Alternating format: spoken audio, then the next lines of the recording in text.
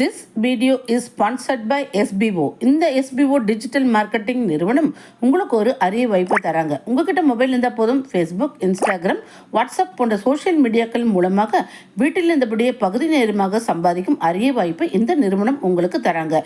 மேலும் விவரங்களுக்கு வாட்ஸ்அப் நம்பரை டிஸ்கிரிப்ஷனில் டேக் பண்ணுறேன், பார்த்து பயனடைங்க. ஸ்கிப் பண்ணாதீங்க. பெரிய தப்பு. தினம் 300 ரூபாய் சம்பாதிக்க அரிய வாய்ப்பு. இன்ஸ்டாகிராம், ஃபேஸ்புக் பயன்படுத்த தெரிந்தால் போதும், content post and content publishing மூலமா தினம் 300 ரூபாய் சம்பாதிக்கலாம். இந்த வேலை செய்ய 5 நிமிடம் போதும். Work training support, group communication support, all language customer live chat support, முக்கியமா சொந்தமா ஒரு பிசினஸ் ஸ்டார்ட் பண்ற அளவுக்கு உங்களால கற்றுக்கொள்ளவும் முடியும், சம்பாதிக்கவும் முடியும். இந்த வேலை வாய்ப்பு வழங்குவது 5 வருடத்திற்கு மேல ரன் ஆகிட்டு இருக்க நம்ம தமிழ்நாட்டு company school of business organisation private limited. மேலும் விவரங்களுக்கு டிஸ்கிரிப்ஷன்ல கொடுத்திருக்க நம்பருக்கு வாட்ஸ்அப் பண்ணுங்க. அருள் தரும் ஆலயங்கள் வரிசையில் இன்னைக்கு நம்ம பார்க்க போற ஆலயம் மயிலாடுதுறையில் அமைந்துள்ள அபயாம்பிகை உடனுரை மயூரநாதர் ஆலயத்தை பத்தி பார்க்க போறோங்க. காவிரி கரையில் உள்ள 6 சிவஸ்தலங்கள் காசிக்கு சமமானதாக கருதப்படுகின்றன. அவற்றில் மயிலாடுதுறையும் ஒன்றாகும். மற்றவை 1 திருவையாறு, 2 திருவெண்காடு, 3 திருவிடைமருதூர், 4 திருவாஞ்சியம், 5 திருசாய்க்காடு ஆகும். மயிலாடுதுறை, மாயவரம், மாயூரம் என்றெல்லாம் குறிப்பிடப்படும் இத்தலம் மிகவும் தொன்மையான சிவஸ்தலமாகும். 1000 ஆனாலும் மாயூரமாகாது என்ற பழமொழியே இதன் பெருமையை காட்டுகிறது. பிரம்மதேவனால் உருவாக்கப்பட்ட இந்த ஊரில் பிரம்மா இத்தலத்து இறைவனாம் மயூரநாதரை பூஜித்தான் என்று புராண வரலாறு கூறுகிறது. அம்பாள் பார்வதி மயில் உருவில் சிவபெருமானை பூஜை செய்ததாக கருதப்படும் 2 சிவஸ்தலங்களில் மயிலாடுதுறை ஒன்றாகும். மற்றொன்று தொண்டை நாட்டு சிவஸ்தலமான திருமயிலை ஆகும். சிவபெருமானை மதிக்காமல் தட்சன் நடத்திய யாகத்தில் இறைவன் கட்டளையையும் மீறி அழையாத விருந்தாளியாக கலந்து கொண்டு அவமானப்பட்ட பார்வதியை சிவன் சபித்து விடுகிறார். காவிரி கரையில் ஐப்பசி மாதம் 30 நாட்களும் தவம் செய்து தன்னை மீண்டும் அடையுமாறு சிவன் பார்வதியை சபித்து விடுகிறார். மயில் ரூபம் பெற்று சிவபெருமானை வெகுகாலம் பூஜை செய்து அம்பிகை சுய உருவம் அடைந்து பாவங்கள் நீங்கப்பட்டு சிவனை அடைந்தாள். மயில் ரூபத்தில் அம்பிகை சிவனை வழிபட்டதால் இத்தலம் மயிலாடுதுறை எனப்பட்டது.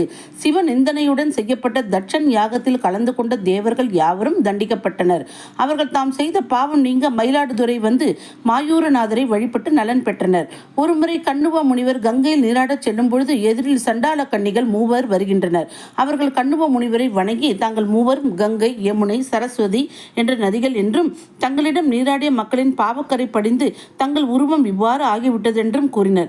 அவர்களுடைய பாவம் நீங்கி அவர்கள் சுய உருவம் பெற தென் திசையில் உள்ள மாயூரத்தில் துலா மாதத்தில் காவிரியில் மூழ்கி நீராட முனிவர் ஆலோசனை கூற அவ்வாறே செய்து பாவங்கள் நீங்கி சுய உருவம் பெற்றனர். தேவர்கள், முனிவர்கள், சரஸ்வதி, லக்ஷ்மி, கௌரி, சப்த மாதர்கள் ஆகியோர் மாயூரத்தில் உள்ள காவிரி கரையில் நீராட வருகின்றனர். ஆகையால் துலா மாதத்தில், அதாவது ஐப்பசி மாதத்தில் மயிலாடுதுறையில் காவிரியில் நீராடுவது மிகவும் சிறப்புடையதாகும். அதிலும் ஐப்பசி மாதத்தில் கடைசி நாளான கடைமுகம் அன்று நீராடுவது மிகச் சிறப்பு. இம்மாதத்தில் முதல் 29 நாட்களில் நீராட முடியாவிட்டாலும் கடைசி நாளான 30ஆம் நாள் காவிரியில் நீராடி மாயூரநாதரையும் அன்னை அபயாம்பிகையும் அன்று வழிபட்டால் மோட்சம் கிட்டும் என்பது ஐதீகம். இத்திருக்கோயில் அமைப்பு திருவாடுதுறை ஆதீனத்திற்கு உரியது. 4 பக்கமும் சுற்று மதில்களும் கிழக்கே பெரிய கோபுரமும் மற்ற 3 பக்கமும் மொட்டை கோபுரங்களுடன் இவ்வாலயம் உள்ளது. வீதி உட்பட 5 பிரகாரங்கள் உள்ளன. கிழக்கில் உள்ள ராஜகோபுரம் 9 நிலைகளுடனும் அழகான சிற்பங்களுடன் கம்பீரமாக காட்சியளிக்கின்றது. உட்கோபுரம் 3 நிலைகளை உடையது. ராஜகோபுர வாயில் வழியாக உள்ளே நுழைந்தவுடன் இடதுபுறம் திருக்குளமும் வலதுபுறம் குமரக்கட்டளை அலுவலகமும் உள்ளன. கருவறை கோஷ்டத்தில் உள்ள நடராஜரின் பாதத்திற்கு அருகில் ஜுரதேவர் இருப்பது வித்தியாசமான அமைப்பு. இவருக்கு அருகில் ஆலிங்கன மூர்த்தி இருக்கிறார். துர்க்கை அம்மனின் காலுக்கு கீழே மகிஷனும் அருகில் இருபுறமும் 2 அசுரர்கள் இருக்கின்றார்கள். துர்க்கையின் இந்த வடிவத்தை காண்பது அரிது. இங்கு சிவ சண்டிகேஸ்வரர் மற்றும் தேஜஸ் சண்டிகேஸ்வரர் இருவரும் ஒரே சன்னதியில் இருக்கின்றனர். பிரகாரத்தின் அஷ்டலட்சுமியும் அதற்கு மேலே சட்டைநாதரும் இருக்கின்றனர். சிவலிங்கத்தை பூஜிக்கும் மகாவிஷ்ணு தனியே இருக்கிறார். நாகசர்மா அனாவித்யாம்பிகை தம்பதியருக்கு இறைவன் முக்தி கொடுத்ததின் பொருட்டு அவர்களுக்கு அம்பாள் சன்னதியின் தெற்கே சன்னதி உள்ளது.